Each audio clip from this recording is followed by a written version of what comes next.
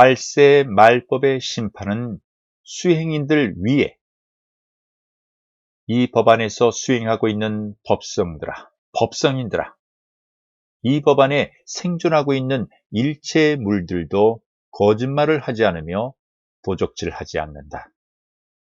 벼를 하나를 심어보아 몇 알을 되돌려 주는가? 과일나무에 거름을 주고 가꾸어 보아라.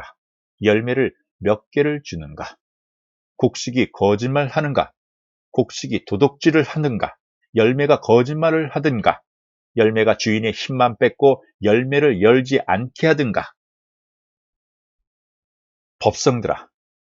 법성인들아, 이 땅에 일체 만물이 가꾸면 가꾼 대로, 거름을 주면 주는 대로 인간들에게 몇 값을 되돌려 주는데, 어찌 만물의 령장이라 자처하는 인간들이 거짓말하고 도적질을 할 수가 있단 말인가?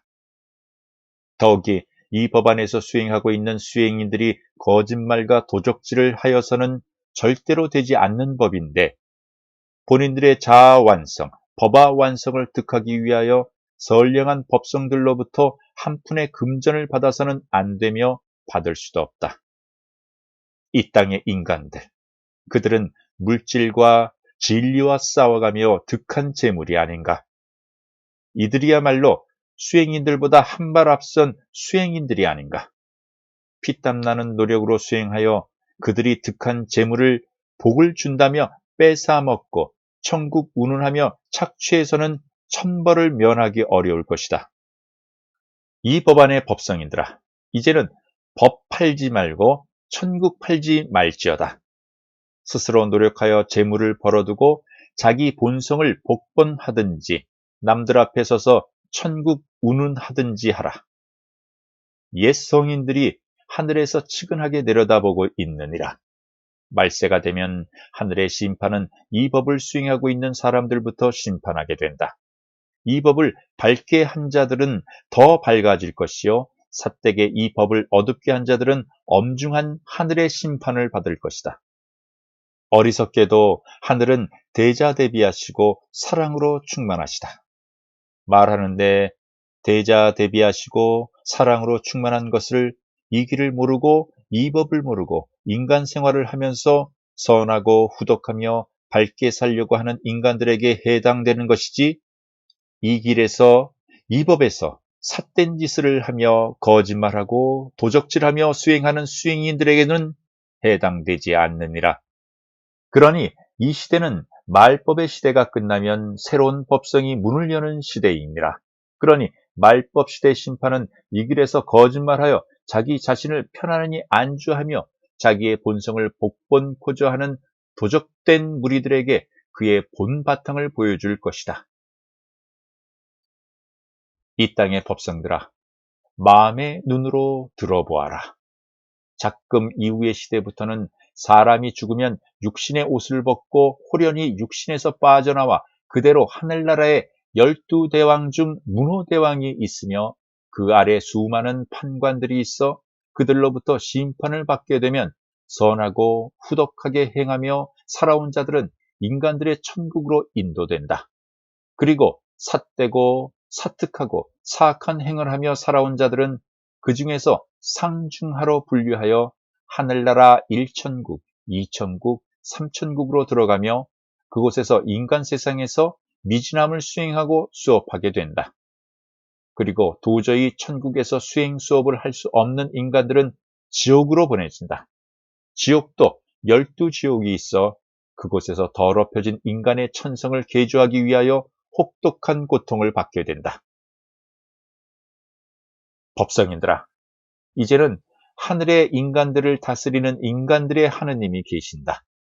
그분 휘하에 12대왕과 12천왕이 있어 조하는 12천왕이 담당하고 치유하는 12대왕이 하므로 인간들이 생업에 종사하며 이 길, 이 법을 수행치 않는 것 같지만 삶 자체가 수행이요 선한 마음, 후덕한 마음을 갖추어가며 살아간다면 이보다 더 큰 수행의 삶은 없을 것이다. 이 법에서 수행하는 수행인들이 막노동 일터에서 아슬아슬한 사다리를 타고 하루 종일 노력하여도 아픈 자식, 약한 첩 제대로 갖추지 못하고 부인의 투정에 짜증내는 법 없이 삶과 수행을 같이 해보자 하면 한 명도 없어 도망갈 것이다. 그러한 수행인이 무슨 수행인인가? 도적의 무리지. 그러니 지금 시대는 후천결실 완성시대다. 그리하여 하늘의 12대왕이 인간들을 직접 다스리신다. 그러니 이 법안에서 수행하는 법성인들이 하늘의 복 운운하며 천국 운운한다는 것은 인간들을 다스리는 12대왕의 일을 삿되게 역행하는 자들이라 도리어 화를 받게 되리라. 그리고 앞으로 그러한 문화는 이 땅에서 영원히 사라질 것이다. 그러한 문화가 사라진다면 과연 이 길에서 이 법을 수행할 수행인의 설 자리가 없어지니 이 안이 난감한 일이 아닌가. 믿음의 문화 앞으로 믿음의 문화에 큰 이변이 일어날 것이다. 이 땅에 살고 있는 인간들이 몸소 생활터전에서 삶과 고락을 같이 하며 수행해 왔기에 그들이 스스로 시만이 열리고 법안이 열리게 되니 어떤 것이 바른 길이다. 어떤 것이 삿된 길이다.